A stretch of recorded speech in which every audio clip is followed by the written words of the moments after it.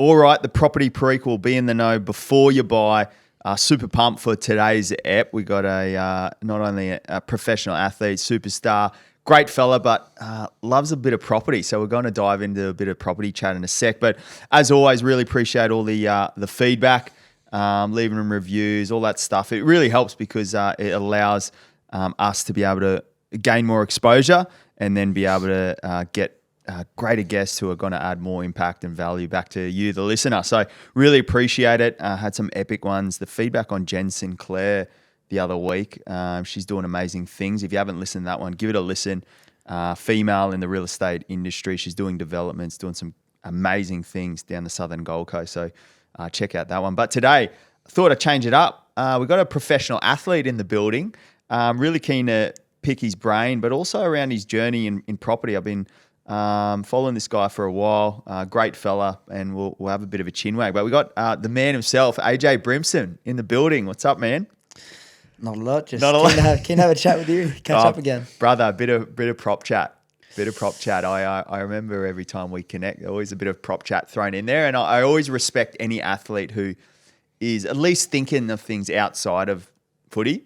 You wouldn't believe, like, mate, I obviously chat to a lot of athletes, been an athlete myself, but mate, there's not many actually doing things in property, which surprises me. A career, now that I reflect back, it's a short career. It's actually super small. And what I noticed when I transitioned out, mate, if I didn't do my things that I did in property, it's a tough transition. So I really want to chat to you first, AJ. We'll go into the property stuff in a sec, but mate, on the footy front, obviously you're still playing professionally. Mate, how's the journey going at the moment? You should be at training at the moment, shouldn't you?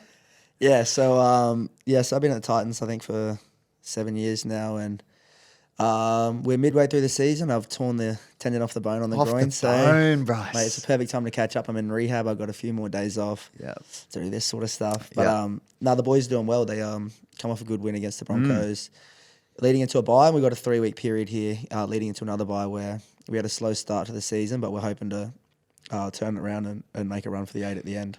And not to go too much in the footy chat, but when are you thinking of being back? When can we see you back out there? I'm hoping for 3 weeks. So I missed 2 more games potentially, and then the Warriors leading into the bye. Best case scenario. I'm back running now, but as you know what it's like, you got to kind of build up the capacity back in the calves, the hammies, and everything. Otherwise, you go out there into an NRL game and you tear a hammy or something. Right, just quietly. What about a groin injury? Like, you don't realise how. Yeah. Like, for anyone out there, we'll go into property after this one, but anyone out there who hasn't done where would you put it on the scale of injuries you've had? To be honest, I've had quite a few injuries, as you probably know. Yeah. But the groins are horrific because, everyone would know, it's in the middle of your body. So you sneeze, it's killing. You try to roll over in the night, mate. For the first 3 nights, I was trying to roll over, like move the pillow, and I would let my leg drop by accident, and I'll just wake up, and the missus is like, "What's wrong?" I'm like, "Oh, I just moved my groin half an inch." But it's quite painful. Yeah, hectic, man. Property chat, man. We've always had a good little chin wag every time we see each other, just on the property front. I really How old are you now, AJ? I'm 25. I'm 26 in September. 26, mate. Talk to me first. Early days. Where'd the property, I guess, bug come in, or you got a few properties now, which we'll go into, but like where'd the influence come from, you reckon? To be honest, I can remember I was living in a rental in Parkwood near training with Philip Sammy. And Shot Phil. Shout out Phil. Shout out Ipswich. I was cutting Ryan James' hair. Dark. Oh, that's right. You used to do and I used to do some shake cuts. Yeah, that's just business. That's right. So I was cutting Ryan James' hair, and he's obviously quite smart with his money. And I remember him saying, "Oh, do you own this?" And I said, "Nah, no, I'm just renting." I would have been 18, 19 at the time. No, probably 19.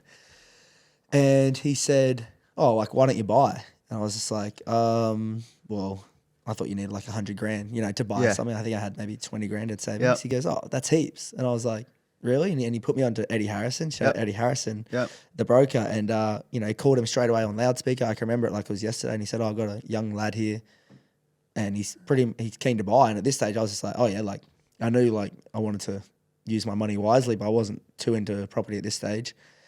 Ended up catching up with Eddie, and then funny enough, there was this new sites going up in Arundel Springs, I think it's called, which is where I bought my first property, and I got the first homeowners grant and everything like that, and it was right near training. And basically from there, I just really got a passion for properties and homes and where I want to live and what I want my life to be like post-footy. But I literally, whenever I get asked this, I think back to that first time I was with Ryan James, and he said, why aren't you buying properties? Isn't that wild, and I was, I remember just being like, oh, I didn't even think that was an option yet. You know, I thought you needed 20%, or whatever, which when you work it out, it might be 100 or 200 grand, whatever you're trying to buy. And I was like, I'm nowhere near that. So I was just kind of, I was always decent with my money. I wouldn't be gambling or anything, but I didn't think it would have happened that quickly. That right there is unreal because I put it down to influence. Influence, because I noticed this a lot with athletes, right? And there's a lot of young kids and who you just got by in your career and you're sort of doing your thing.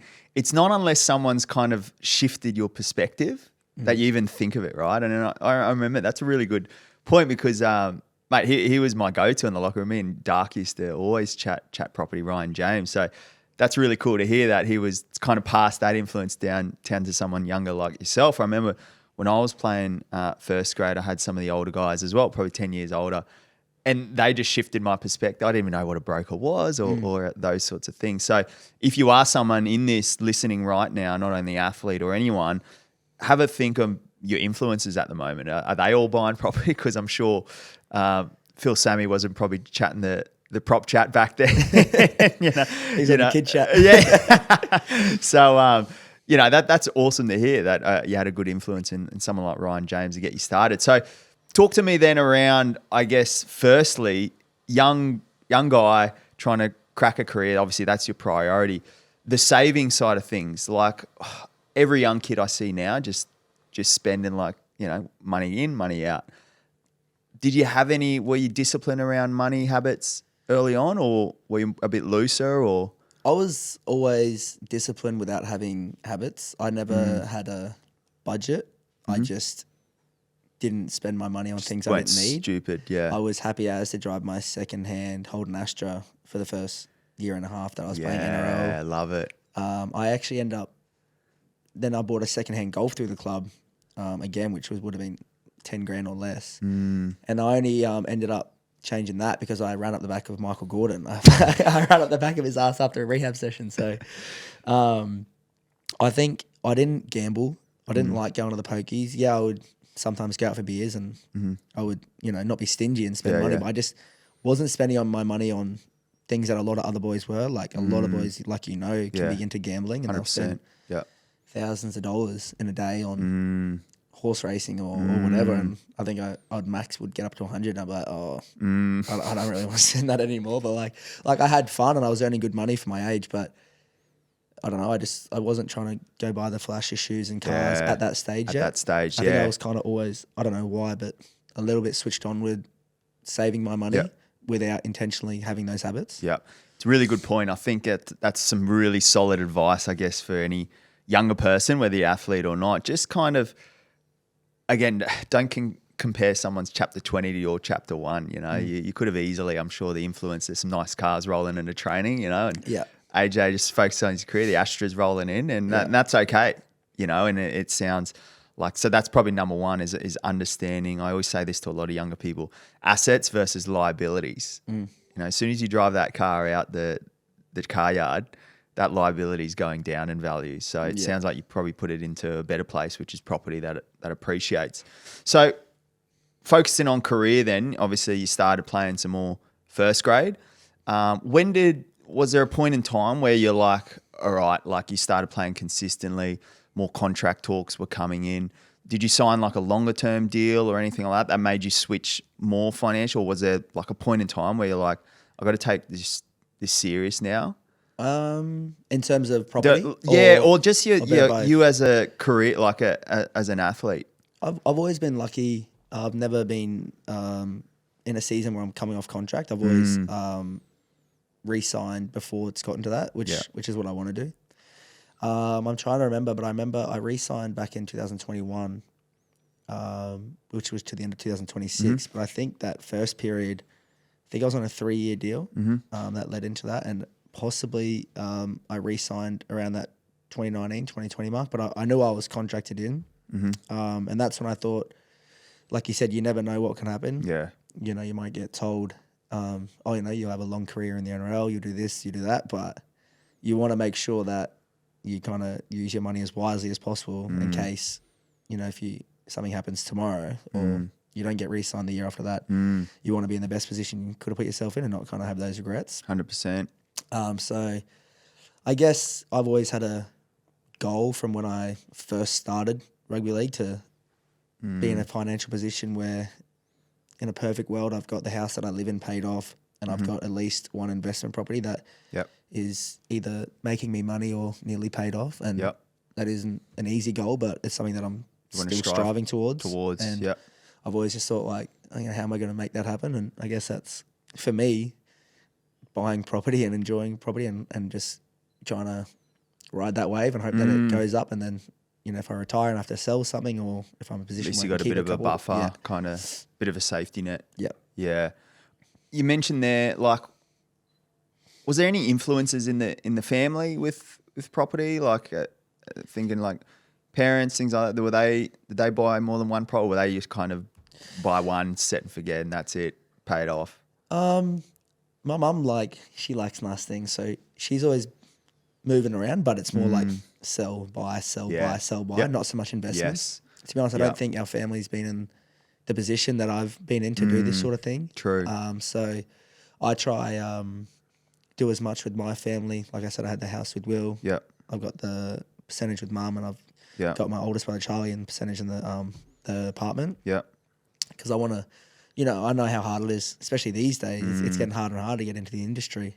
But no, I don't know where the investments came from. I think it just came into a position where I was eligible to do it. And I really have a passion for it. Like I'm sitting on realestate.com. I was on it last night till 11:30. Just having a suss, just because I enjoy it. Yeah. I really like going to open homes. That's why, we play or train Saturday. Yeah. So as soon as I'm in rehab, I get that Saturday off. I'm going to all the inspections. I go in, even if I'm not in a position to buy, I just like having a look at it. I'm fascinated by it.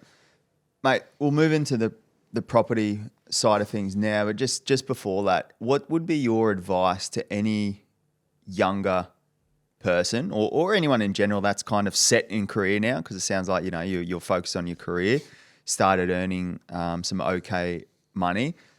What I find though, a lot of people, I call it lifestyle creep. The more money they make, the more money they spend. So they're actually in the same position when they're on 50 grand than when they're on 150 or two. They're in the exact same position. Yeah. It's just a better quality pair of shoes. More money, more problems. Exactly.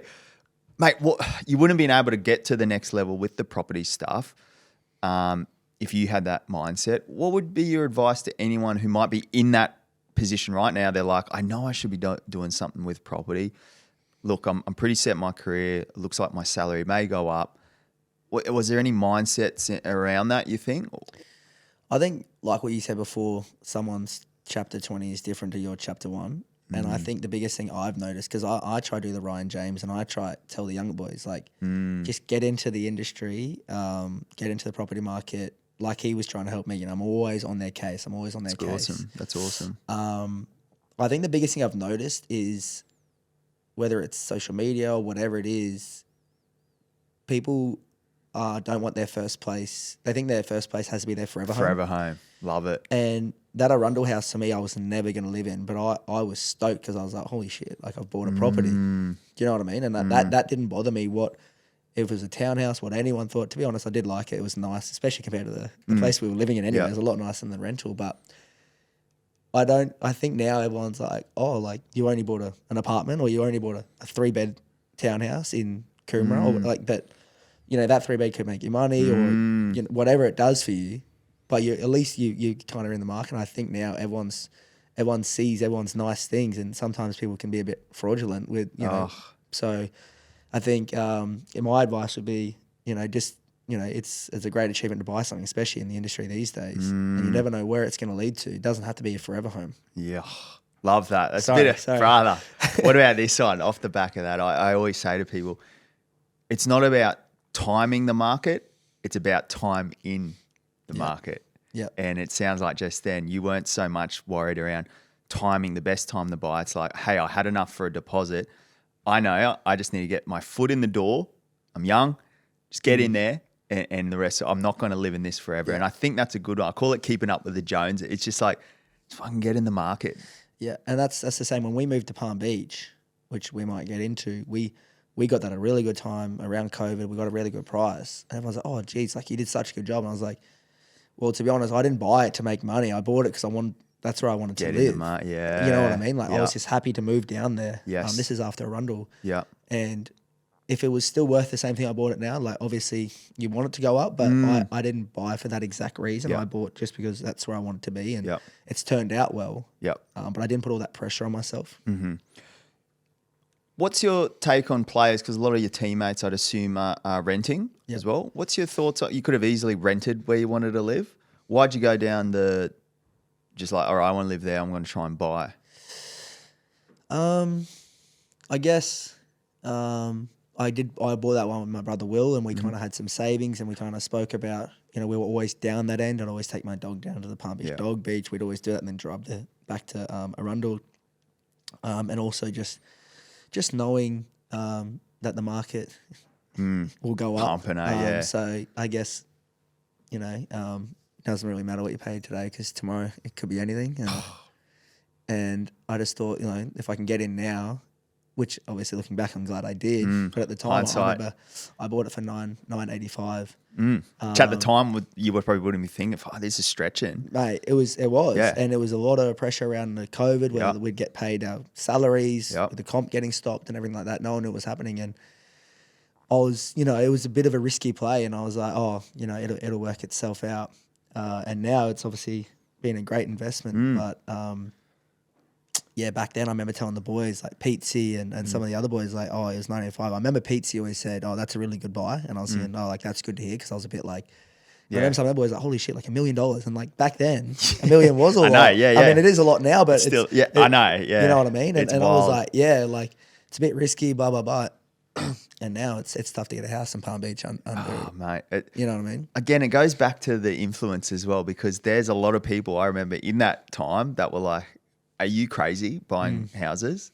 I loaded the gun and just kept, you block out the noise because at the end of the day, you said it right. If you're buying in the right location, like supply demand, like we know the Gold Coast, a lot of those suburbs you mentioned, there's nothing available and they just keep going up. So, but in the moment, it's scary. Yeah. It is scary. And that never goes away, that Yeah. feeling. And you chat to a lot of people like that go, oh, we thought we paid overs and we were stressed, and then all of a sudden it's doubled and you're going, Yeah, it's hindsight. yeah, exactly. It's hindsight. So anyone listening right now who's in that position, again, have a look who you're taking advice from. Are they people who might not have any property in their doomsday sayers, or is there someone who's wants to be in a position where you want to be? Ask them what their advice is, mate. So that led you the Arundel one. I'm keen to know this, AJ. Again, something a lot of footy play. I mean, a lot of people as well. You don't have to sell to buy your next property. How did you finance you moved from Arundel down to suburb of Palm Beach, made the big call with your brother to like far out, let's nearly $1 million, let's go for it. How did you finance that one? Like, did you draw equity from existing, or was it you saved up again with your brother? How did you structure that? So I was lucky enough to not use equity on the Arundel house for that purchase. And we had, Will had savings. He'd been saving for a while. And I had more savings. So we actually had a contract on the house for, I think it was $1 million flat. And then our comp got cut. So we had to, that's right. I had to pull out on finance clause. True. I wasn't guaranteed the money, didn't know what was I couldn't buy it and then have no funds coming in and not pay for it. So 6 months nearly goes by. We're back in the comp, everything's going up and it's still on the market. And I'm going, same house. Yep. Yeah. Yep, this house is still on the market. I call up the agent. I say, look, we're back in. I'm really keen. And we end up getting it, for $985. We got it less. And Wow. To this day, I don't know how we just landed. It was just meant to be, I guess. And that's I'm mad. still in that today, which is cool. And it was actually the first house I ever looked at in Palm. Wow. It was the first open home that I ever went to, and Wow. I remember like maps, Yeah. where Yeah, the yeah, cafe. yeah, I didn't yeah, know yeah. Palm Beach Yeah. well, and then Will was like, oh yeah, looks good, and then was like, let's go for it. Yeah. And then had to pull out, and then we end up going again. He's like, yeah, I'm keen as. Yeah. How good. Classic AJ Brimson, just popping up when the opportunity Timing's is right. there. Just quick one actually, because again, a lot of young people don't realize you can do this. Buying with family or guarantors, things like that. How was it buying with your brother? Was it a smooth process? Was there a few hoops with Eddie and the broker side of things? Like, It was quite smooth. Yep. From everything I remember, we had our own separate loans. We had a joint account that we would both put money into that was automated, and that would pay for our rates, things like that. So there was anything rates, we would come out of this certain account, and his would come out and mine would come out and go into the same account, but from our different own loans. So he could see his loan, and I would just have my loan on the property. So to be honest, it was very smooth. And then, like I said, I bought him out recently, probably 3 or 4 months ago, and that was quite a smooth transition as well. I mean, especially with family, you kind of, be maybe a bit tough buying with mates, or you want to trust the person you're in. Yeah. But we kind of know, we're a tight family, and it'd be dog or will to go behind your back. Exactly. I think it's all in writing and everything anyway. But it was more just like having that combo. We had to get it valuated, and then sometimes the banks might value it lower than what it's worth for their own security or whatever. So we had to try to find that happy medium of what it was worth. And then you kind of take in agent fees or whatever if we were to sell it. Yep. So we had to all kind of make that up. But it was a smooth transition, and now he's happy in Tugun. Well, I was going to say, this is awesome advice, right? Again, first key giveaway there is get resourceful. Maybe there's someone in your family who you do trust. You're saying the property market's tough. Like, why do you have to go all in? Like, maybe is there someone in family? Because the key there is, because what we learn now is obviously you come up with the solution of, it's really good because Will, right, who isn't playing, say, NRL, but he's working hard and he's got his career. It's an ability where you've been able to buy out his share, but then that's allowed Will. Will was stuck into an asset that's appreciated.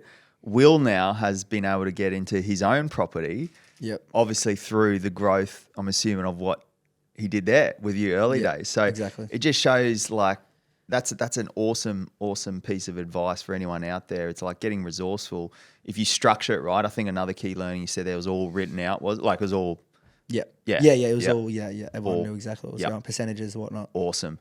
A lot of people go off the handshake, and that's where things can anything can happen. So really good advice there as well. If you are going in with family, make sure it's squeaky tight, get some legal advice, chat to brokers around the structure.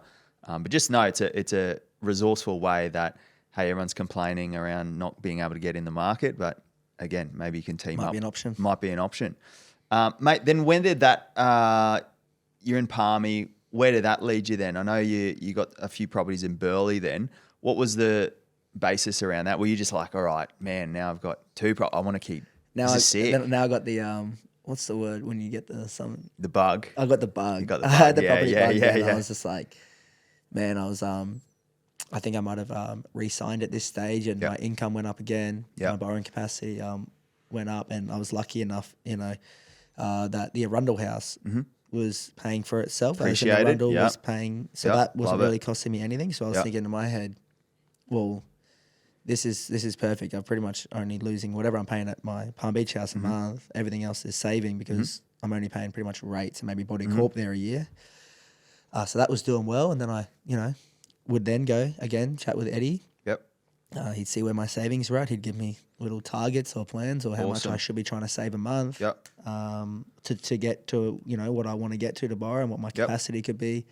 I then just started looking to try and get a place with my other brother. And we were, again, going to inspections. We were going to houses. I missed out on this house on Telbudger Drive that I'm still angry about. It was it was right at the end of Telbudger Drive, and I offered him, and he just would not accept it. And I think it's never got sold or sold on the market, but it was only an old little brick house and I wanted to put duplexes on it. Yeah. Again, I would have been stretching and it would have been risky to my depth, but looking at the way duplexes Hindsight are going, now, looking at the way they're yeah. going, but he wouldn't accept it, and that's life. And I then found an apartment Burley there on Goodwin Terrace, and Sick. I went there one day, and it was an overcast day. It overlooks the water, and I was like, oh, this is nice. And then I went the next Saturday, and it was a bright sunny day, and I was like, yeah, I'm putting in an offer. Yeah. She wouldn't accept my offer pre-auction. They wanted to go to auction, and ended up bidding at auction, which was a whole nother experience for me. It was an online auction too. Yeah, love it. It was quite scary. I had my mum and my brother and that kind of there watching, and it was good. That was a good experience. I ended up coming on top with that one. So yeah, we were stoked, and that was back in, I think that was January 22. Sick. And was that for brother to live in or rent, or did you? It was just to get him in the market. Sick. Really. So he lived in it? No, he's both just... he was just more so eventually, it kind of, then he's, instead of, he was still paying his rent, but he earns quite good money. And he probably won't mind me saying this, he probably is a little bit slack with, I guess, finance, and he probably doesn't keep up his records with his tax returns and everything. So he probably was struggling to get a loan anyway. Yeah. So he's kind of unofficially, that's a handshake, but I can probably trust the handshake with the brother. Yeah. I mean, it's all in my name regardless, but so he kind of just pays off 20% of that mortgage. And then if we do sell it one day, take his 20% and then kind of do what maybe Will did and get a big deposit, get his own place. It's awesome. Love that. We rented that out and we're currently Airbnb-ing it at the moment. Yeah, cool. So if anyone wants to check it out, it's called Froth on the Rocks. Froth on the Rocks. Go check it out. Shout out. Just quickly on that, we might just dive super quick. How's that been, the Airbnb route? Obviously, probably a big one. Anyone who doesn't know Goodwin Terrace, it is more of a lifestyle street. I think that's a big one, advice I give to anyone who wants to go down the Airbnb route, because it is a lot more active versus passive, How have you found that standard rent versus Airbnb? Obviously, pros and cons to both. Yeah, definitely pros and cons to both. It's good. It's just we only first started doing it Christmas just gone, New Year's. So it's been going whatever that is, like 6 months. Yeah.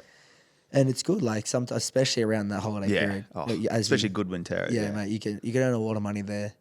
It's just if I could go back, well, not go back. I'm kind of trial and error at the moment. We're just getting used to Airbnb. We're getting used to what prices to do. Yeah. Because it's such a unique apartment. It's only a 2-bed, 1 bath, but at the position that it's in and the view that it's in, you can't really compare it to other apartments. Yeah. So it is quite hard to find that price range, and you'll have a good month where everyone's booking it all the time, and then you'll have a month where it's a little bit dry, and depends. If you can get a solid tenant, I would probably like to do a 6-month tenancy throughout the winter, middle of the year. Not that we don't have great days in winter. You can still go swimming, but I would probably never go against Airbnb over, from September to kind of March, that area where it's really popping and the weather's out. So it's good though. It's good fun. It's a bit of trial and error. Yeah, that's awesome. I mean, it's learning. Yeah, exactly. Learning's right at the end of the day. I think the big one with Airbnb for any listeners thinking of it, I think you got to have the location first and foremost. I just think for the because tax is another thing, right, as well, and the P&L at the end of the day. But that could be a good strategy too. Looking at longer term during quieter months, and then popping it off when it's go time. Because at the end of the day, it's a business, right? It's a business, mate. And then just quickly on you mentioned there, because this could add some value to people. The first one you bought, right? It would have been probably from the get-go.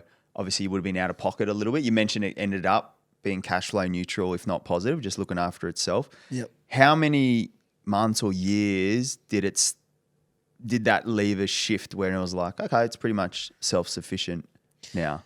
Yeah, it was probably a year, 18 months after, and then or maybe about a year, and then when everything was increasing with everything, and then it was always quite good because I think it was again quite a good buy. Yeah. It was a good price, and the repayments weren't massive, and then almost once I started renting out, it wasn't long before it was, or it might have been at the start, 200 a month, Yeah. or something. You Yeah. know, very minimal repayments that I was owing, and then all of a sudden, it was paying for itself, Yeah. which is good. Good little lesson there. I always say this: look at property as a long game. Like for instance, I see some people like crack a deal, like unbelievable deal, and like you do the cash flows and everything, and it's probably out of pocket a few $100 for 2 years, if that. You know, if interest rates go up, maybe 210, 220 a week, right? And you do the math right, and over 12 months, it's probably like $2,000, $3,000 over 2 years. It might be 6K, 7K, and they're like, no, they don't look at it like that. It's like, oh wow, 6-7K potentially out of pocket, but then the asset's grown from Yeah, like exactly. you purchased it for X amount. Like that one, what would that be, like 400, 500s or 600s? 515. Yeah, so fives in that. Probably by the time it went cash flow neutral, the asset value is probably at 6s and 7. You know, Well, so, yeah, I sold it for 830. Yeah. So 5, 6, like 300. So it's like, would you rather be out of pocket 4K, but gain 400? yeah, exactly. You know what I mean? It's just like it's a long term. It's a long term, man, and people can't see that early. It's like really scary to be like, oh, this is potentially going to be out of pocket, but it's like, man, when you look at it like that, that's awesome to hear that you end up selling, making some good money out of that. So that obviously leads you to the next question. So yeah, you ended up doing the Airbnb thing, and then we're coming up to nearly current time. Where'd that lead you? So then I've had a long chat with Mum, and she's was living in Broadbeach, and Renting or owned or? she owned an apartment in Yep, Broadbeach. cool. And they've done quite well over the past 4 or 5 years just in the property market, with buying and selling, like I was saying before. And you know what the market's like in Palmy, it's expensive. And she was looking at this, she was looking at everything in Palmy around $1 million, and she's like, it's quite hard to find something that we're going to love at the moment for $1 million. Yeah. So I said, why don't we go in a percentage together? So your mortgage is pretty much minimal, Yeah. and I'll go in a percentage, so then we can buy something that's a bit more expensive that you can, live in and love. And Yeah. She actually enjoys it. And, yeah, exactly. So we ended up going back and forth, and we saw this townhouse they were off the plan, Gold Coast Highway, Palm Beach Ave. So again, we went and saw Eddie, and did all the agreements. I think it's like maybe 44% me, 56% her.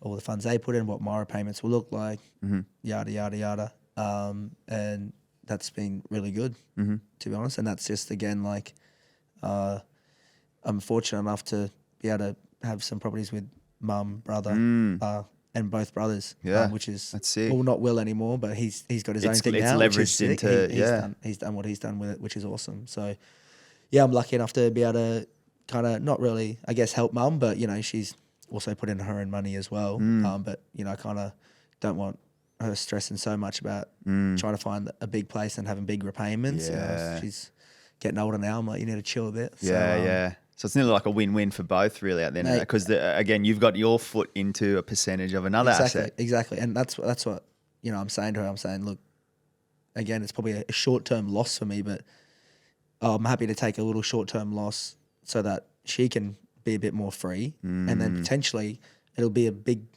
gain anyway. So I'm Have the long term. Yeah, it's a good position to be in, really, and it's near the water. It's in a good spot, and they're loving it. So so that's how that came about. That's sick. And then I heard you just say quickly before, Arundel ended up selling that one at some point. Yep. So was that used to fund another, or was that used to pay out the brother and the existing property? Like, what did you do with funds from the sale? So, which I forgot to mention, with the Burleigh apartment, that was the most expensive thing I bought. And I used cash, and I used equity from Arundel, and I think equity from my Palmy house. Yes. Yeah.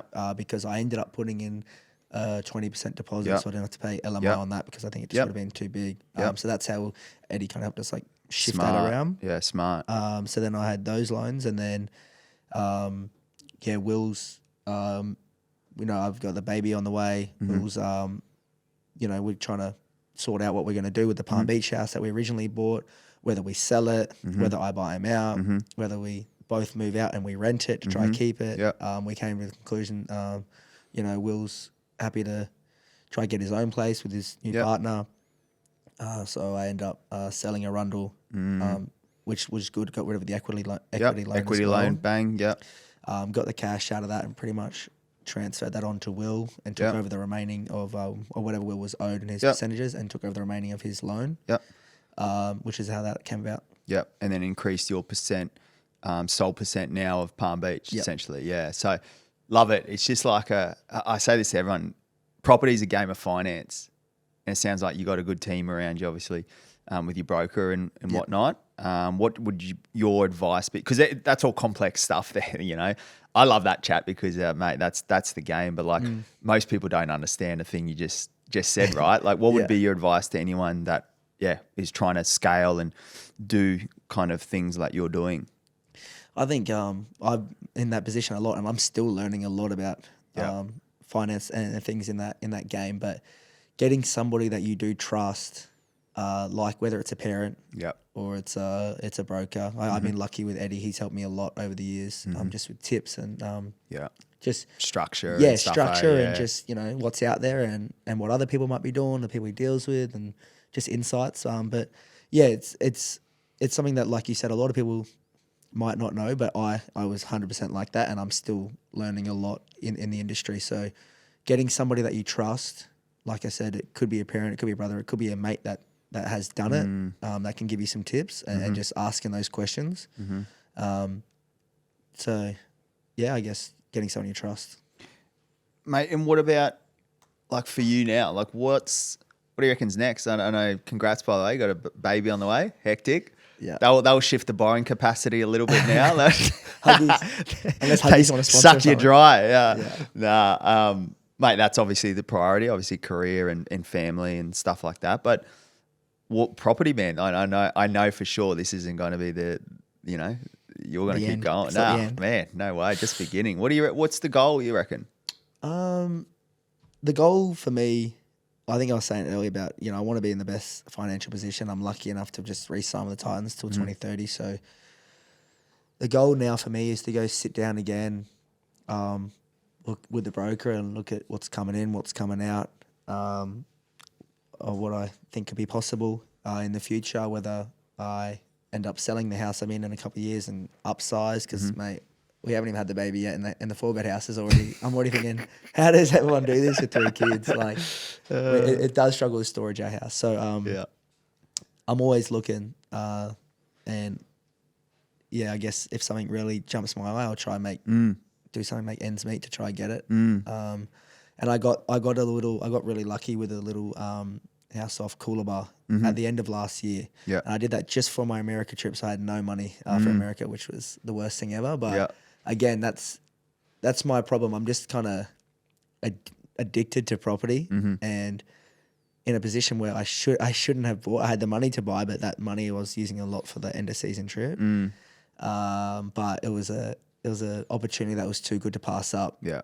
So that I think I ended up borrowing money for the America trip, which is sometimes that's life. But I end up so I just put money into that again. It was just a good opportunity. I was just looking, but wasn't looking to buy, and I just thought, damn, like, good opportunity here one day to make money on it. And that's getting rented out at the moment, which is awesome. So pure investment property. Yeah, pure investment. Yeah.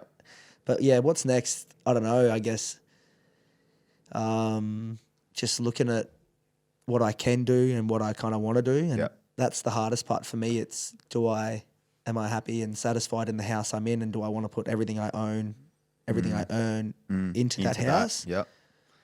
But knowing me, I always say that, and then I see something else on the market, and I go, oh, maybe I want to put these savings that I was going to put in the house into this. Yeah, I like it. It's something that a lot of people, I think, especially athletes, right? Like, there will come a day where their career ends. I always look at it this way, like, you got to be an opportunist if you want to build something with property, and it's not for everyone as well. Probably, like, there is nothing wrong at all with having one house and it's paid off. That's unreal. Like, a lot of that's already in the top sort of percent. 100%. That's awesome.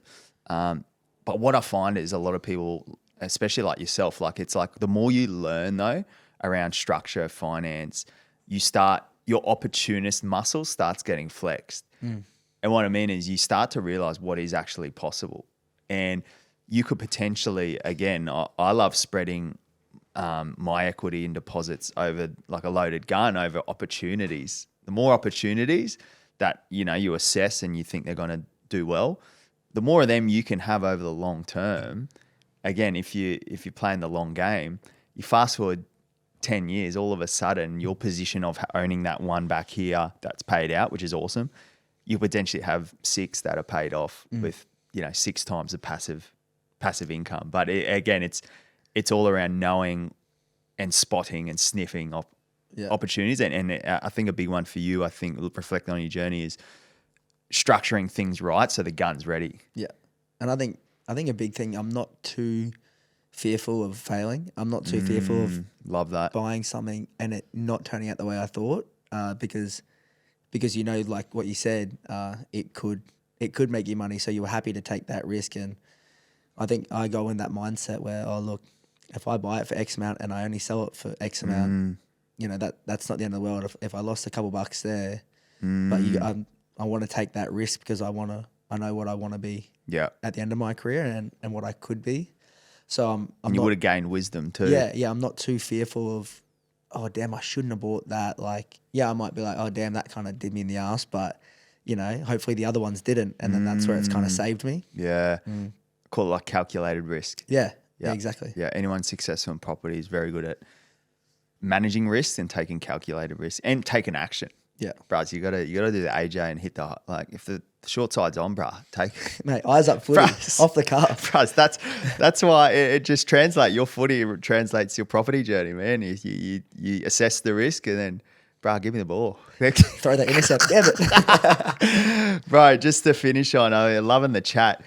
What about, I reckon you got a little bit of an entrepreneur muscle. I mean, with cheat cuts back. That's no longer a business, I can say that. But even just having that, and obviously I'm listening to the way you talk, and you're always going back to the bank and thinking like, what's next, and maybe a % here, and all right, like you've obviously got an entrepreneur muscle. What do you reckon post career? I know it's still a while away. You got heaps of footy left in you, but mate, what do you reckon, AJ Brimson? Is there anything that tickles your fancy? Mate, it's hard. I'm not too sure. I do love being around footy. I think in a perfect world, I'd be around footy. I don't want to be a coach. Definitely not want to be a coach. No. I wouldn't mind being around the boys for some sort of a specialised coach for 2 or 3 days a week. I am interested in business. That's something that I'm trying to learn at the moment. It's something that, I look at cafes or bars or anything. I think that would be such a cool opportunity. I know they're obviously quite hard to run, and I know nothing about hospitality. Hence why I haven't done anything in that area yet. But I love real estate. I don't know exactly what route, if I want to take a route down real estate, whether it be something like a buyer's agent or a real estate agent or whatever. But yeah, so I do like real estate.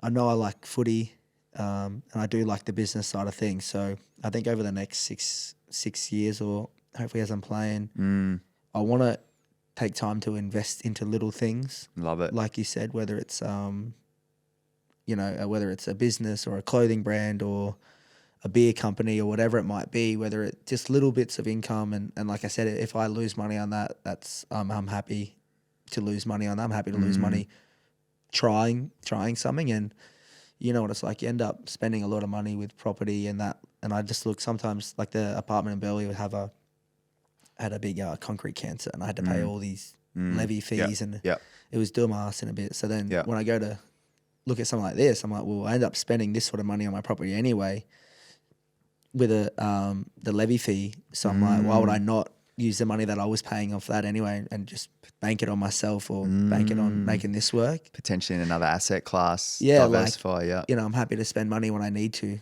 because you have to. You can't not pay that money. So then I'm happy to do it, to take a risk on things, and I want to eventually divvy up into some business and see what happens from there. But I'm just keeping options open and just trying to network and talk to people and see what's out there. I love it, man. What would be your advice to any younger athletes coming through the system at the moment, from any of your learnings as we wrap up? Like, I don't know, you're kind of at the pinnacle, I feel, of your career. You know, you're doing some things in property. If you were to go back to 18-year-old AJ Brimson, what would you be telling him? And I'll be telling him what Ryan James told me. And you don't have to, not everyone wants to, like you said, not everyone's fascinated by property, but probably use your money wisely and Love it. And get some people around you that are intelligent in that space, whether it's shares or property or business or whatever it is, and get some people that you trust and that want to see you succeed. Like you said, you can get the doom and gloomers, but get people that have kind of been there, done that, or know what they're talking about to give you advice, because at the end of the day, you're only going to make your life easier and better if you spend your money wisely. So just be thinking it's not forever at the income that we earn. Bro, I love that. I think a big one too, AJ, and I'm sure you'd relate, specifically, I guess, for any athlete, not just NRL, but any athlete, is always try and understand who's got your best interest at heart too. Yeah. I think there's a lot of people, I think, as you scale as an athlete and you're earning more money, it sniffs of, I can make a bit off this athlete here. Yeah. So I think that's also one to keep top of mind for anyone coming through the ranks too, is just understand do your research, make sure whoever you're getting your advice from, do your research on them too, because mate, I'm sure you've been approached in different things as well. Not everyone has your best interest at heart, right? Yeah. Yeah. So, man, that's been unreal. It's really cool to see too, like doing things in property, and I love that now you've got a sense of like wanting to give back to the younger gen. Mate, just to finish on, what would be your tips out there for people on, I guess, just sport away, just like the market in general, like your calculated risk, like is there anything you look for when you're looking at a deal or assessing? Like, what do you think would be your biggest advice to buyers out there 2024? For me, I don't really know how valuable this is, but for me, I've always chosen location and lifestyle, where you, especially if you're buying for where you want to live. That's always been something that I've gone by. Like, I've always naturally ended up buying in areas that I have a passion for. Whether that helps or not, I'm not too sure. But and I guess, like we were saying before, you might think you're paying overs today, but one day, it's only going up, as history has told us. So don't be afraid to take that risk and put it kind of all out there and be proud of what you're doing. But yeah, it is a tough one. I guess the market is scary, but things I look for, opportunity for little developments in the house, what size block, street location, walking distance to things. But yeah, I guess everyone's kind of got their individual things of what they might be chasing. They might be chasing that 5-bed with a pool, or they might be chasing the big backyard or walking to a beach or whatever. But yeah, for me, it's definitely opportunity. If I'm looking for an investment, opportunity in what you could potentially do with that house one day, or what your plans might be with it. Love it. If I was to unpack that, I think number one, you said it, I really like, is I call it owner-occupied appeal pockets. So what I think a lot of investors do wrong, and hopefully this adds value, is they go into investor-driven markets. So what I mean is they're going into suburbs where, if you were to look at, say, the 100 dwellings in there, 80% of them are also investors. And what happens is a lot of the properties within there aren't house proud, a lot more tenants. If you were to ask yourself, do tenants or owner-occs look after their property better? Obviously owner-occs. So what you want to do, and AJ nailed it there, you really want to try and actually get, as an investor, you want to get into the owner-occupied blue chip pockets where people were living. More house proud, more emotional buyers. So where, if a property goes for auction in your street, it's going for a bumper price, which only raises your valuation. And one thing you said there, owner-occ properties are in owner-occ locations which have key amenities that people are driven to. Cafes, I think I heard the word lifestyle drivers as well. So that's a really key one. I think the other one you said as well, around buying strong today to avoid paying tomorrow. I always say, like, you're better off paying a fair price for a good property rather than a good price for a fair property. So, mate, you've pretty much nailed the head there on why you're doing what you're doing. Bro, I haven't done this in a while. I'm just super keen to hear your answers. Usually, I stopped doing it, but I don't know why. I might bring it back, but I usually finish you on a fast five. I'm actually keen. Question. Yeah, I'm I'm actually nervous. keen to hear your answers. So, first, can be any location, any dwelling type in the world. Right? So first one's holiday home. Probably Positano, Is that Greece? Italy. Italy. Yeah, Oh, Amalfi yeah. Coast. Oh yeah. Yeah. What are you thinking? Like a little villa, like 2-bed villa, or Yeah, like, yeah, something like that. Yeah. Overlooking. Yeah, yeah. East 100%. facing. Yeah. East facing. 100%. East facing. Love that. All right. Next one's the Bucks party. Where would that pad be? Oh, pad, or where am I having my bucks? Well, you got to rent. You got to have this place for your Bucks party. House location. Oh, that's hard. Because my bucks, I want to act Oktoberfest in Germany. Okay, I don't know yeah. any properties out there. Yeah. But if I was gonna have a big property, probably there's a big one in Byron that we had after the 2020 yeah. Origin series. Yeah. And it was just like this massive 10-bedder. That's a good place for a bucks. Yeah, she's to be a fly on the wall in that house, eh? Yeah. Next one, where do you reckon invest? So this is pure non-emotional investment property. I think anything near the ocean. I think everyone's craving the water more and more and more lately. But I would say Palm Beach because I love Palm Beach. I've got a soft spot for it. And that's done well by me. So I'd say Palm Beach. Yeah, look, a lot of those, you mentioned the Gold Coast there, a lot of those southern corridor pockets are booming at the moment. Again, landlocked, ocean to the east. You can't build there. Can't build it into land, supply and demand. And lastly, man, family home. Where's the forever family home? Footy's finished. AJ's career's just been, you got all the mantelpieces. You've achieved what you needed to achieve. Selling off all the assets to buy one thumper somewhere. Where do you reckon it would be? Oh, Jefferson Lane. Yeah, Palm Beach. bruh, what a spot. I can't go past Jefferson's. I know, that would be awesome. Obviously, it's very expensive there, but can't go past the beaches there and getting a coffee in the morning. You know what it's all about, brother. Mate, I off that Pearl one, and the I think MacTech, who we've interviewed before, the one MacTech. near 27th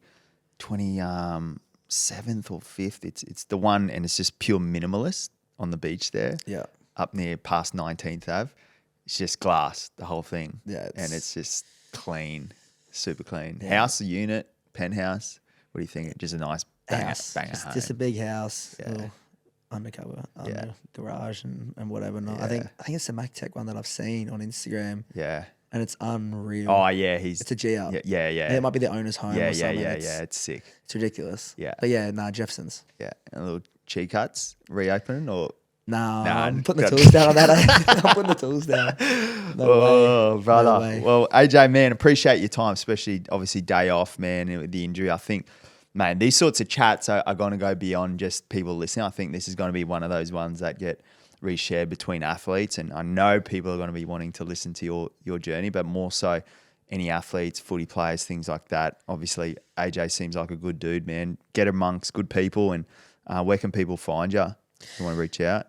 Froth on the rocks. Nah. Froth on the Shout out. Anywhere. I guess I'm just on Instagram. Yeah. Under Brimo, 3Ms. But it's been good. It's been good to catch up, have a chat, and Yeah, man. chat about property and that. Prop chat, man. I'm sure this won't be the last. And man, keep doing what you're doing. I just want to acknowledge, as I said, you're crushing on the field, bro. But I love seeing dudes doing something outside of it too. So well done, man. Legend. Thank you. Cheers, bro.